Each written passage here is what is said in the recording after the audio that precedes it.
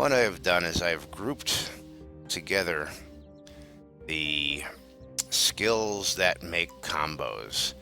So if I take the fire arrow with the other spell here and I combine them together, let me turn this back on too, because I just know what they are now after using them for so long. That I just don't know them by name by looking at them. So let me just see if I can get that back up.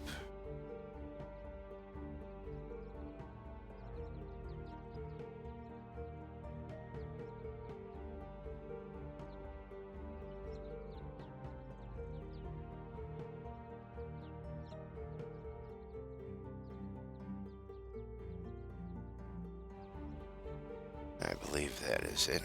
Hotbar tooltips. There we go. So say I take my thrust with my flame fist, and I can combine the two of those, and that gives me smoldering shiv, which gives me a burning blade attack that's long and slow and causes damage over time. I can clear all these out. Now what I've done again is I have grouped my first 5 slots. Thank you. That is also a something coming in here in release 19, we're hoping, is dies.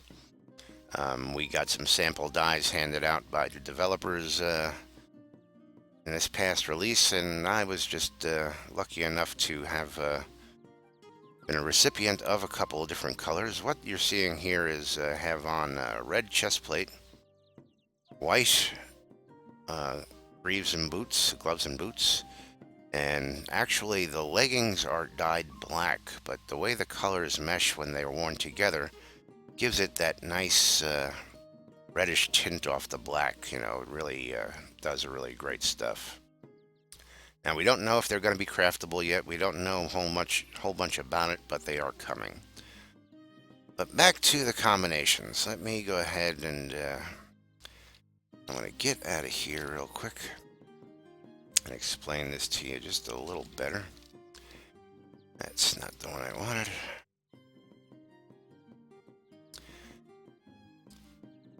So what happens, I'm going to just go ahead and start a whole new deck just for demonstration purposes here. Okay, so what people also tend to not understand in the game, and let's just bring that up as well,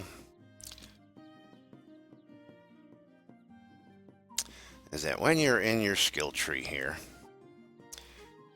and we're going to go just to magic,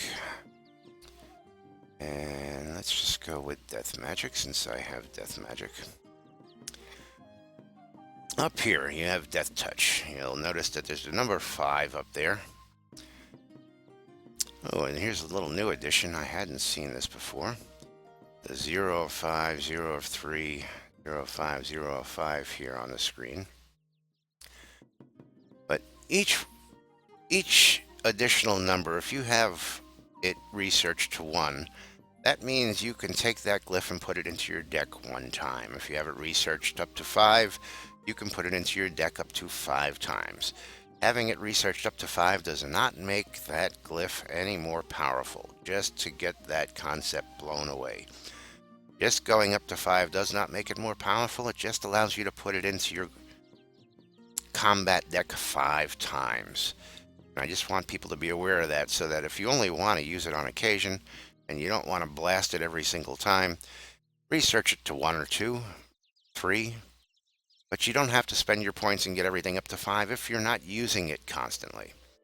I'll show you a couple examples of things that I do not add for some reasons exactly like that. I'm going to go into tactics here. Now tactics, of course, healthy gives me a plus health, so I want to keep doing that. My offhand attack, I like the offhand attack because I am a dual wield battle mage.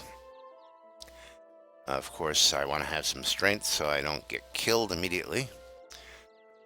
My dexterity, you have to put 1 in dexterity. in order to open up this heavy lifter, which allows you to carry more. But what you will notice is that I have avoided all these other glyphs in here because I just don't see the use for them as a battle mage, so no sense in putting them or spending points in them for anything. Of course, armor preservation and weapon preservation I've maxed out. I don't want them to wear out as much as they can without the protection. And then I'll give you another example in blades. In blades, I use thrust, and I use the double slash. I am going to work my way down to rend and whirring blades for another combo that's in my deck. But for the most part, I don't worry about the parry, the ripso, I don't know the pronunciation of that. Although I will have to actually open those up to get to the further down levels here. But I don't have to max these out. I only have to get to level 3 on each of these in order to open up the whirring blades. So back to the deck system. Okay. Over here on the left-hand side, right-hand, my right, you're going to see the glyphs I have available. And then, of course, there are the combos that are available. Now, these are based on what skills I've got trained up, and when you combine glyph A and B, you get the combo here. Now, what happens in the deck, I'm just going to go ahead and add what I've got here. I'm just going to dump these right into the deck. Actually, that's not right. I don't want to just dump these into the deck. I'll leave one available for each.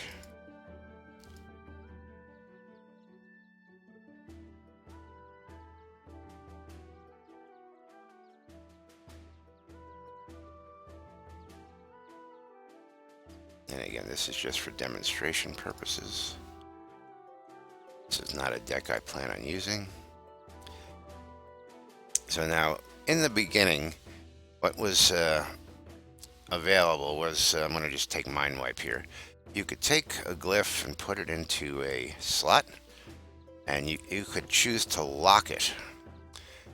And that would lock the glyph in place, and it would always be there in your deck.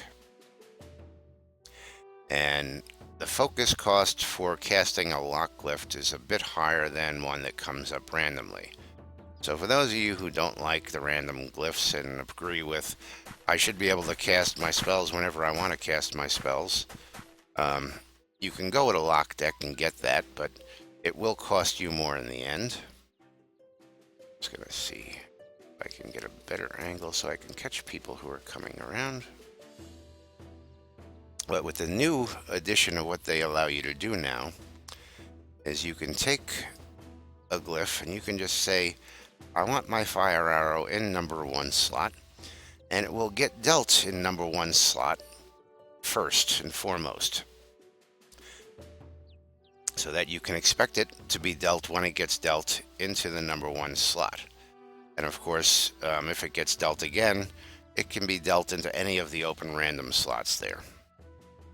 Now, what this allows you to do is, of course, now you can take the fire arrow and add that to the death touch. And this is what I did with my deck, was I put them together so that they would allow me to do a combo.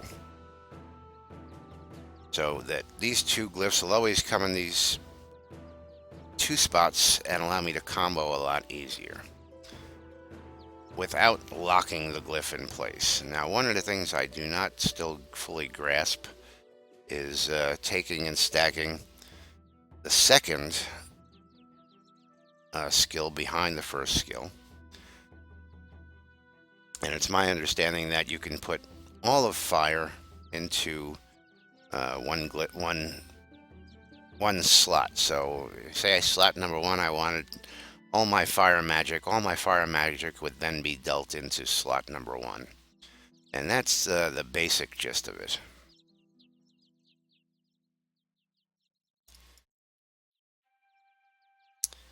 I'm going to do is go ahead and I got to get back here and delete that.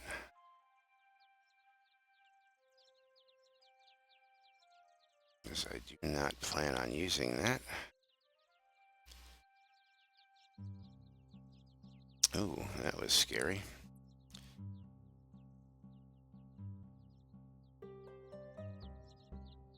And let's just verify that is my normal deck.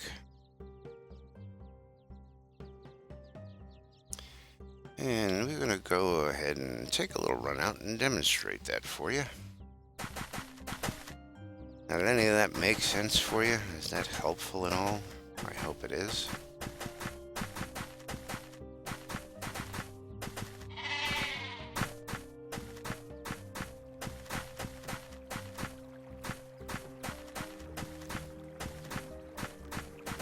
Now, of course, one of the most common complaints still is, and I have it all the time, is regardless of the changes they've made, I still spend 90% of the time looking at that lift bar, task bar, combat bar, whatever you want to call it, and I neglect to look at the rest of my screen because I'm too busy looking down there to try and figure out what the heck I want to cast next. And that really takes away from the player experience, in my opinion. It takes away so much that I forget to look at my health bar, and that's another thing. Movable health bars, please. Can we move it out of the corner, put it where we want like any other window? I don't know if I've even tried that, but I don't believe we can drag that. No, that is still static on our screens. Why everything else is movable but that health bar, I do not know. But again, I would like to move it to where I want it.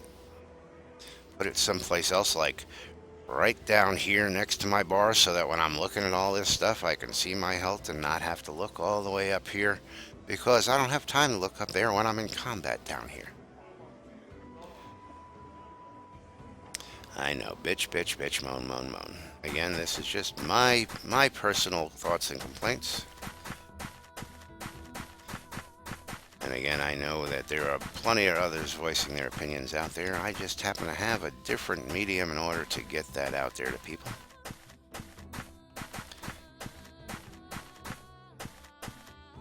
But what I'm going to do is I'm going to take a walk. Yeah, I guess I'm taking the back way.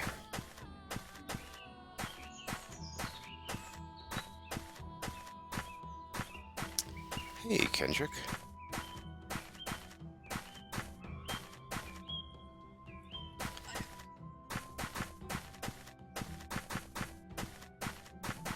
Leveling guides, yes, there are leveling guides all over the place. You know, I can't really recommend one in particular over the other. Everybody does have their own particular methods. The best ones I've seen are actually on the forums, and I believe it was Themolock who posted one. He's got it actually in the forums and on YouTube. You can go ahead and search for him. The Mad Hermit does some really great videos, but not mainly on leveling. But he will give you like the hat quests and you know, gold making guides and stuff like that. He's one of our favorites around here. Cynicist, of course, my partner in crime here, does do videos on leveling, on going out there and doing that. You can search through his archives. The best way I have found is, of course, to party with people.